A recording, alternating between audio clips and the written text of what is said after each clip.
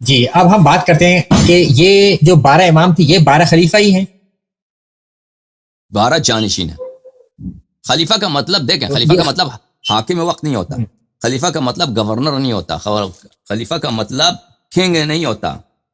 ہمارے ہاں یہ ہے کہ خلافت، حکومت کو خلافت کہا گیا ہے نا اس مسلمانوں میں، حکومت کو کہتے ہیں فلانی خلیفہ بن گیا، خلیفہ بن گیا، کیوں اس کو خلیفہ بولتے ہیں؟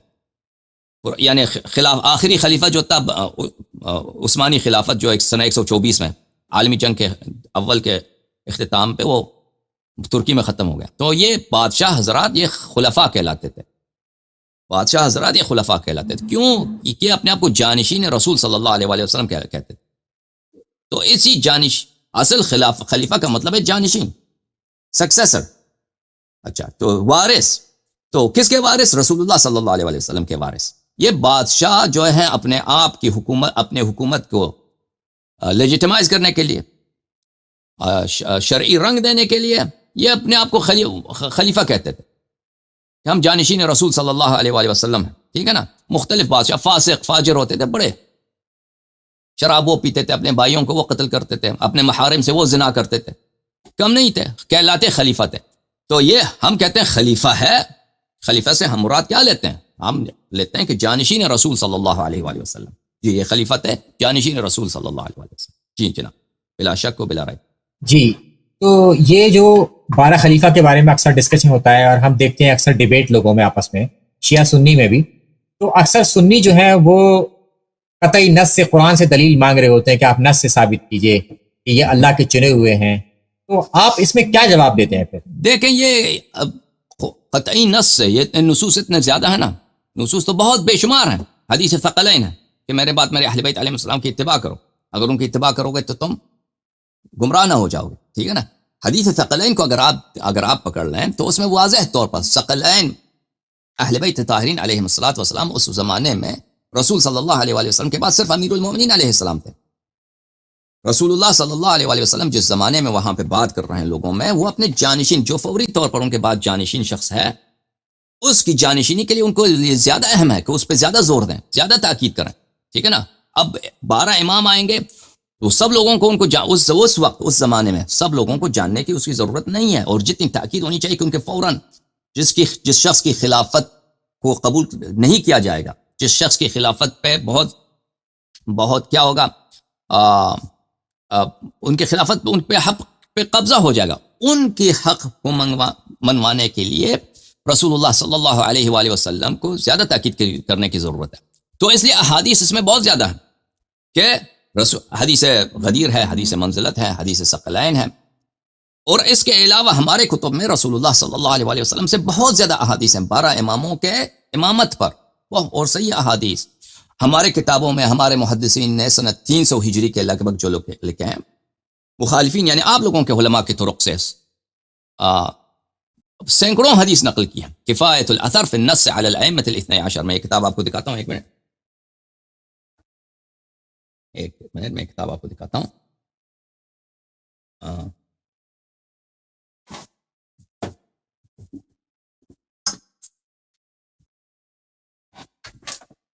یہ کتاب ہے کفایت الاثر فی النص علی الائمۃ الاثنی عشر،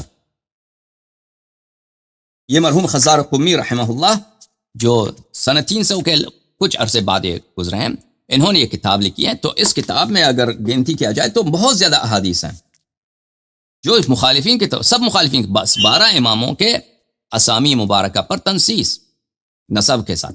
تو رسول اللہ صلی اللہ علیہ وآلہ وسلم کی جانب سے اس طرح نصوص بہت زیادہ ہیں، بہت زیادہ ہیں، لیکن اگر آپ مرحلے پہ چلیں نا، ایک منطقی ایک ترتیب ہوتی ہے۔ مثلا ایک شخص اللہ کو نہیں مانتا، کہتا ہے میں اللہ کو نہیں مانتا ہوں، وہ آ کر ہم سے بات کرے کہ شق القمر کیا ممکن ہے یا ناممکن ہے، یا یہ ہم سے یہ بات کرے کیا کوئی شخص معصوم ہو سکتا ہے یا معصوم نہیں ہو سکتا، تو ہم تو اس سے یہی کہیں گے نا کہ تم پہلے آؤ، اللہ پہ بات کرتے ہیں کہ اللہ اس کائنات کا ایک خالق ہے، ہستی کا کوئی ایک خالق ہے۔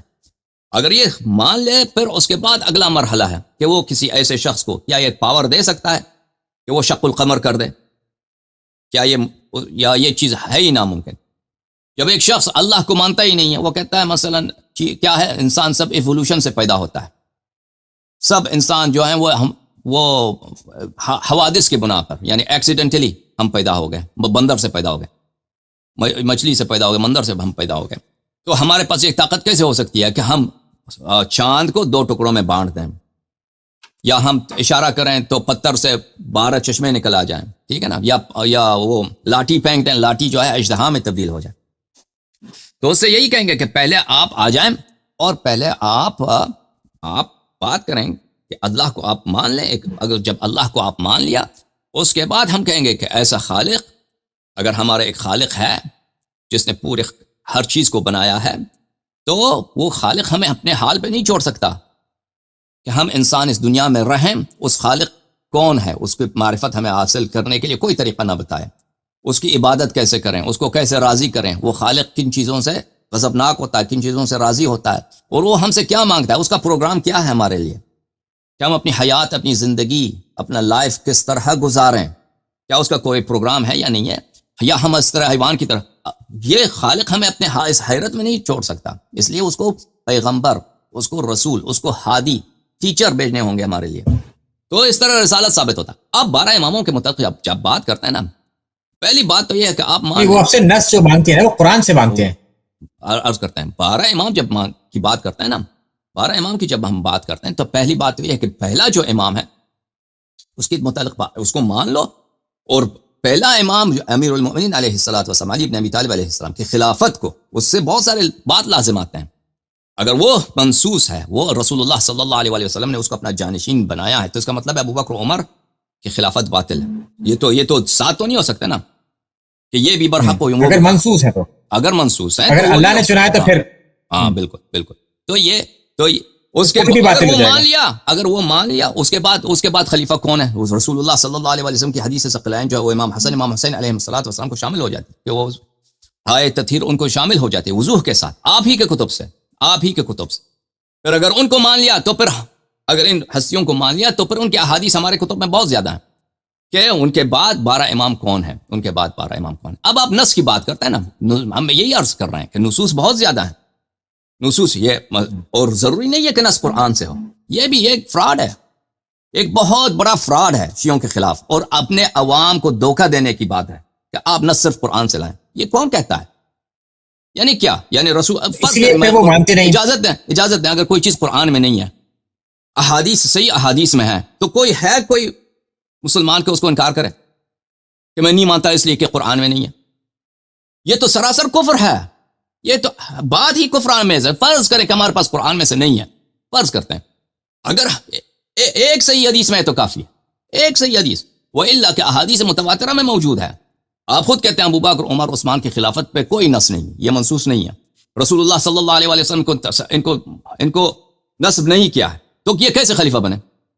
تو پر کیوں خلیفہ بنے؟ یہ ان کے خلیفہ بننے کا کیا رسول اللہ صلی اللہ علیہ وسلم نے کوئی طریقہ کار بتایا کہ میں نصب نہیں کرتا، تم میرے بعد یہ خلیفہ بنا؟ وہ طریقہ کار بھی تمہارے پاس نہیں ہے، ٹھیک ہے نا. اگر چلے ہم مان لیتے ہیں کہ اگر آپ کے پاس ایسی کوئی حدیث ہے، رسول اللہ صلی اللہ علیہ وسلم فرماتے ہیں میں اپنے بعد امام تعین نہیں کرتا، یہ مصلحت ہے، یہ فائدے ہیں تعین نہ کرنے کے، تم تعین کرو، یا یہ طریقہ کار بتاتا ہوں، اس کی وجہ سے کوئی امام بن جاتا ہے.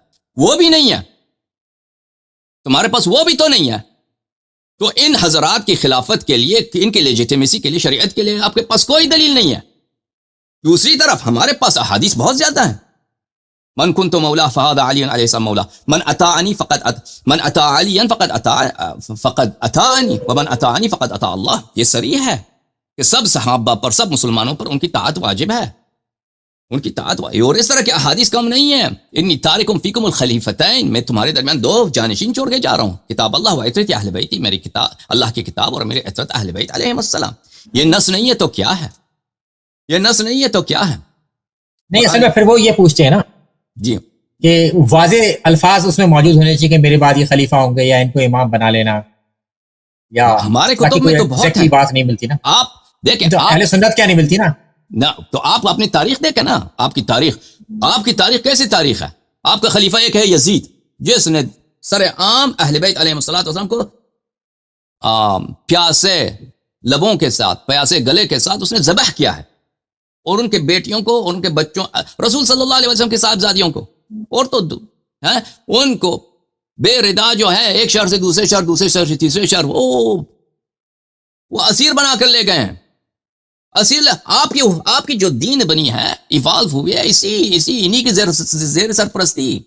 احادیث نقل ہوئی ہیں تو ایسے خلفاء کے کہ زیر سرپرستی. وہ پاگل تھے خلفاء کہ وہ ایسے احادیث نقل کرنے دیں، وہ پاگل تھے ایسے حدیث نقل کرنے دیں. نہیں مگر اہل سنت میں نا یزید کو جو ہے، یزید تو کنٹروورشل پرسنالٹی ہے ہی. یزید سب خلفاء یہ یزید کے والد بھی کنٹروورشل پرسنالٹی ہیں. سر سے دیکھیں ابو بکر، ابھی ہم نے ہمارے اور آپ کے درمیان اجماع ہے، اتفاق ہے کہ ابو بکر کی خلافت پہ نص نہیں ہے، عمر کی خلافت پہ نص نہیں ہے، عثمان کی خلافت پہ نص نہیں ہے، ٹھیک ہے نا، معاویہ کی خلافت پہ نص نہیں ہے.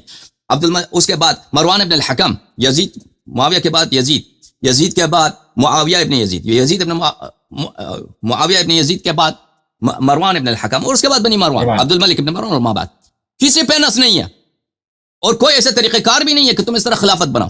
تو یہ خلفاء جو ہیں ہمارے یہاں جو 12 خلیفہ ہیں نا، تو ان پر اتفاق نہیں ہے کہ لگاتار ہوں گے، کنٹینیوس ہوں گے. وہ 7 لوگوں پر ہم آئیڈینٹیفائی کرتے ہیں اور 5 کو نام سے ہم آئیڈینٹیفائی نہیں کر پاتے. اجازت فرمائیں، ان کے یہ میرے عرض یہ ہے کہ یہ سب یزید ہیں، یہ لوگ سب یزید ہیں، کیونکہ ان کے آپ ہمارے اور آپ کے درمیان یہ اگریمنٹ ہے کہ ان کی خلافت پہ کوئی نص نہیں ہے، اور ایسا کوئی طریقہ کار بھی نہیں رسول صلی اللہ علیہ وسلم سے کہ تم اس طریقہ کار پہ چلو تو خلیفہ بناؤ، یہ خلیفہ لیجیٹمیٹ بن جاتا ہے، یہ بھی نہیں ہے. تو ان کی شرعی ہونے کے خلافت شرعی ہونے کی کوئی طریقہ کار نہیں ہے، کوئی دلیل نہیں ہے. تو اس لیے یہ حکومت ان کے ہاتھ میں، قاضی جو مختلف شہروں میں نصب ہوتے ہیں ان کے ہاتھ میں، امام جماعت بنتا ہے کوئی تو یہ نصب کرتے ہیں، فوج کے کمانڈر یہ نصب کرتے ہیں، خراج آتا ہے، خراج کن لوگوں کو میں بانٹا جاتا ہے یہ لوگ تعین کرتے ہیں. تو یہ لازمی بات ہے کہ آپ کے اور آپ کے کتب جو ہیں انہی خلفاء کے زیر سرپرستی ابو بکر کے دور سے لے کر بخاری مسلم کے لکھے جانے کے وقت اور اس کے بعد کے حد تک کے وقت انہی خلفاء کے زیر سرپرستی آپ کے جو مذہب ایوالو ہوئی ہے ان کی زیر پرستی. آپ سمجھتے ہیں یہ لوگ پاگل تھے؟ ایک شخص حکومت کرتا ہے، مثلا ایک حکومت ہے بہت وسیع، ایران اس کے اندر آ جاتا ہے، آپ کا موجودہ پاکستان، سندھ کے علاقے، پنجاب کے بہت سارا علاقے، یہاں سے اس کی سرحدیں شروع ہوتی ہیں، ٹھیک ہے نا، پورا ایران، اس کے بعد ماوراء النہر یعنی موجودہ دور میں ازبکستان، تاجکستان، یہ قزاقستان کے کچھ علاقے، اس کے بعد اس طرف غرب کی طرف جائیں آذربائیجان، ارمینیا اس کے اندر آ جاتا ہے، ترکی کے بہت سارے علاقے اس کے اندر آ جاتے ہیں، شام سب، فلسطین سب، مصر سب اس کے اندر آ جاتے ہیں، پورا جزیرۃ العرب اس کے. آپ سمجھتے ہیں کہ ناقابل آدمی اس پہ حکومت کر سکتا ہے؟ پاگل آدمی، احمق آدمی اس پہ حکومت کر سکتا ہے اس طرح؟ آپ کیا سمجھیں ڈاکٹر صاحب؟ نہیں، وہ پاگل نہیں تھے، نہیں کر سکتے.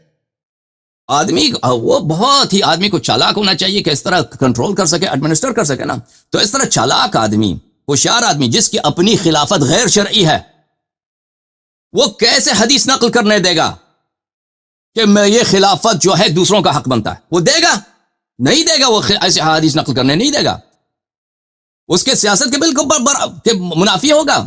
مسلمان اس کا احترام کرتے ہیں، مسلمان اس کی طاعت کرتے ہیں، مسلمان اس کے فرمان پہ جو ہے جہاد کرتے ہیں. کس لیے؟ کہ وہ خلیفہ رسول کہلاتا ہے، خلیفہ رسول کہلاتا ہے. لیکن اگر مسلمانوں کو یہ بات پتہ چلے کہ اس کی خلافت باطل ہے تو لازمی بات ہے کہ مسلمان اس کی حکومت جو ہے وہ نہیں چل سکے گی. تو اس کی حکومت کی بقا کے لیے ضروری ہے کہ ایسے حدیث نقل نہ ہونے دیا جائیں. تو یہ بات مشترک ہے ابو بکر سے لے کر آپ کے آخری خلیفے تک، جو سنہ 1924 میں ترکی میں اس کا انحلال ہوا ہے خلافت کا، ان زمانے میں کہ ایسے احادیث نقل نہ ہونے پائیں. تو آپ کہتے ہیں کہ ہمارے کتب میں ایسے احادیث نہیں ہیں. تو آپ کے علماء تو ادعا تو نہیں کرتے کہ آپ نے سب صحیح احادیث نقل کی ہیں، یہ تو ادعا نہیں کرتے. بہت سارے احادیث آپ کے علماء نے نقل نہیں کیا، ٹھیک ہے نا. اور میں آپ کی خدمت میں عرض کروں کہ یہ ہم اور آپ مانتے ہیں کہ امامت ایک نزاعی مسئلہ ہے، اختلافی مسئلہ ہے مسلمانوں میں، ہے کہ نہیں؟ مانتے ہیں نہیں مانتے ڈاکٹر صاحب؟ جی بالکل، بہت بڑا اختلافی مسئلہ ہے کہ نہیں؟ بہت بڑا اختلافی مسئلہ ہے. ہاں، سب سے بڑا، سب سے بڑا. تو کیا ہو سکتا ہے کہ رسول صلی اللہ علیہ وسلم دنیا سے چلے جائیں؟ ہو سکتا ہے. چلو پیغمبر صلی اللہ علیہ وسلم جو انسان ہے، وہ فرض کریں وہ بھول سکتے ہیں کچھ ان سے. اللہ تو سب کچھ جانتا ہے. اللہ کو تو پتہ ہے کہ یہ میرا آخری پیغمبر ہے، میرا آخری رسول ہے، اس کے بعد تو میں نے کسی رسول کو بھیجنا نہیں ہے.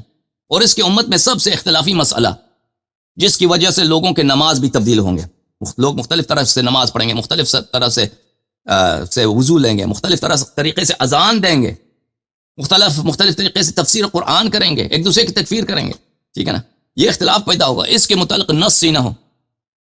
یہ ہو سکتا ہے قرآن جمع نہ ہو. دیکھو عزیز، قرآن پیغمبر صلی اللہ علیہ وسلم نے جمع نہیں فرمایا، سنت جمع نہیں کیا، دنیا سے چلے گئے ہیں. سب سے بڑا اختلافی مسئلہ جو ان کے بعد پیدا ہونے والا ہے، میرا تو یہی عرض ہے کہ ان کے حیات میں پیدا ہوا تھا.